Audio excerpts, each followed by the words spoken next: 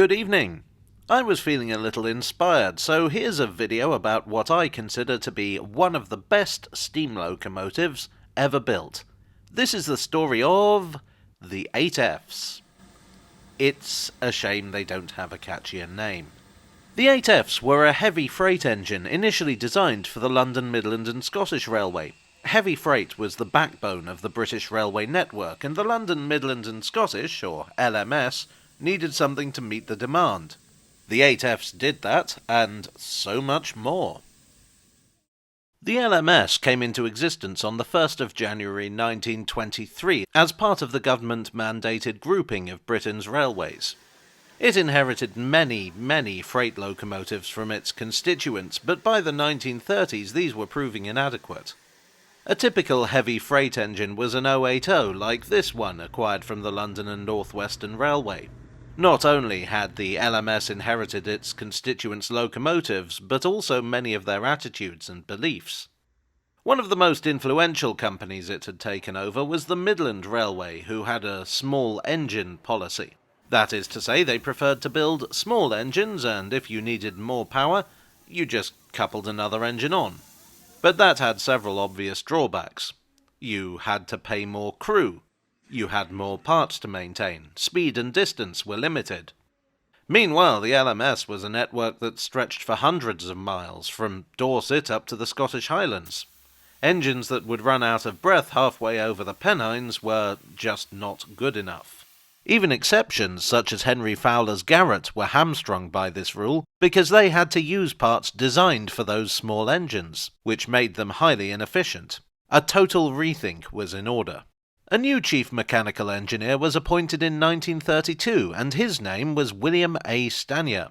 Stanier was not from the Midland Railway, or the London and North Western, or indeed any of the LMS constituents. He'd come from the Great Western Railway's works at Swindon. The GWR had introduced arguably the first modern heavy freight engine, in the form of the 2800 class. These engines, designed by George Jackson Churchward, had first appeared as early as 1903 and were so much better than anything that had come before that they were still being built in 1938. When Stanier came to the LMS, his first order of business was to convince management that the small engine policy was holding them back. That being done, he brought everything he'd learned at Swindon over and produced engines unlike anything the LMS had ever seen before. The Jubilees, the Princess Coronations, the 5MTs, better known as the Black Fives, and the 8Fs. The first 8Fs rolled out of the works in 1935. In many ways they were an improved 2800 class. They had a Churchward-style boiler and Great Western-style axle boxes. Like the 2800s, they were 280s, 2 supporting wheels at the front, 8 wheels to provide the power.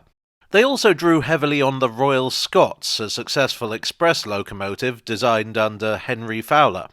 Stanier took a great interest in the work of French engineer André Chapelon, and in particular was keen on applying his work on improving efficiency in steam engines. Now, if you're wondering what 8F means, it's the power classification. 8 indicates how powerful it was, F indicates that it was designed for freight. 8 was high. But the first 12 engines in the class were actually given a rating of 7 due to their smaller fireboxes. 13 was the lucky number, though. From the 13th engine onwards, they carried the standard Stanier boiler and would be classed as 8F. These engines were a dramatic improvement over what had gone before. Not only were they more powerful than almost everything else the LMS had, they were free steaming and smooth running. This smooth running meant that they could be used on a wide variety of lines. They also had a surprising turn of speed, capable of at least 60 miles per hour. So as well as the heavy freight they were built for, they could also be turned over to passenger trains if required, whether on their own or assisting conventional express engines. So undoubtedly they were excellent locomotives. But their finest hour was to come with the outbreak of war. The Allied war effort needed reliable supply lines, and that meant reliable trains. The War Department looked at what was available on Britain's railways at the time and concluded that the 8F was just what they needed.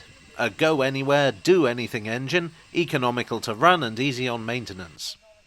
This, they declared, would be their standard locomotive. The North British Locomotive Company in Glasgow and Beyer Peacock of Manchester turned out 208 8Fs, or, if you prefer, one 1664F. These engines went to Turkey, Egypt, Iran, Palestine and Lebanon. Many were built to burn oil rather than coal. Meanwhile, on the home front, more motive power was needed, and the Ministry of Supply decided that what was required was more 8Fs. The LMS works at Crewe and Horwich turned out 205 more, and the other railway companies' works, as well as the good old North British Locomotive Company, produced 245. This one here was built at Swindon Works. In total, 852 would be built for service at home and overseas. Not all would make it to their intended destination. 23 would be lost at sea to enemy action. The engines performed as well in wartime as at peace. In Turkey they acquired the nickname of Churchills. They tended to get about a bit and could be seen as far afield as Italy and Russia. If the 8Fs worked hard in Britain, the deserts and mountains of war service would really test their mettle, not to mention enemy attacks and the limited works facilities. One even collided with a camel in Egypt, and say what you like about British railways, at least that's not a problem we have to deal with. 39 would be repatriated after the war, with others continuing to work in their adopted homelands.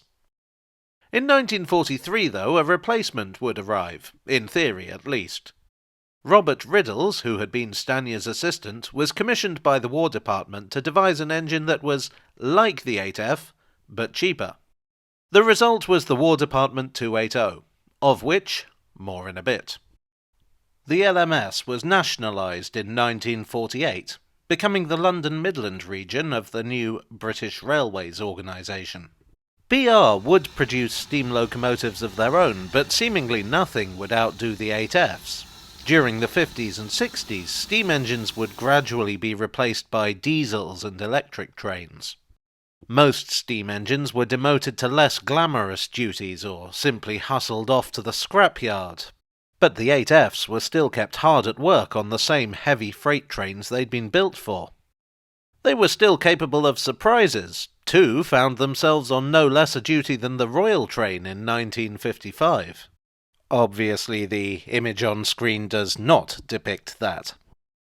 As BR ran their steam fleet into the ground, the 8F's low maintenance, high efficiency, high reliability design meant that they outlived even many of the engines built to replace them. They were running until the very end of mainline steam in August 1968. Meanwhile, in Iraq, examples would still be operating into the 70s, and in Turkey, into the 80s. 14 survive to this day. 4 in Turkey, 1 in Iraq, and the rest in the UK. 2 more can be seen on the wreck of the SS Thistlegorm, although it's debatable whether you'd call this surviving. One, number 48518, was dismantled to help construct replicas of engines that didn't survive into preservation. Its boiler, among other things, is being used in the construction of a new Great Western Railway County class, which I mention because it feels like things coming full circle, an LMS locomotive, derived from a GWR locomotive, being used to build a GWR locomotive. Almost poetic.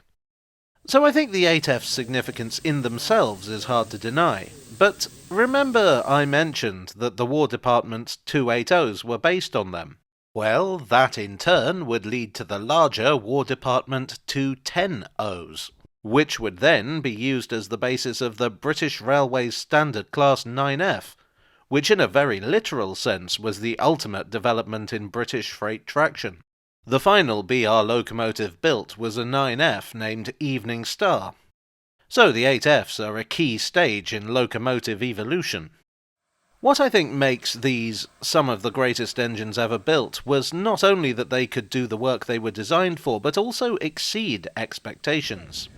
Even now we can still enjoy the benefits of Stanya's engineering expertise as the surviving engines earned their keep on heritage railways up and down the UK. Finally, they enjoy a level of celebrity status that, in my opinion, is well deserved. Well, I do hope you enjoyed today's video. If you did, please do leave a like. I need to acknowledge the Stania 8F Locomotive Society's book, simply titled Stania 2808F, which provided an enormous chunk of the material for this video.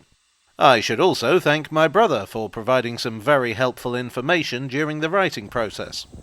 If you'd like more videos about steam engines, about trains in general, or whatever else I feel like rambling on about, you may wish to subscribe for more.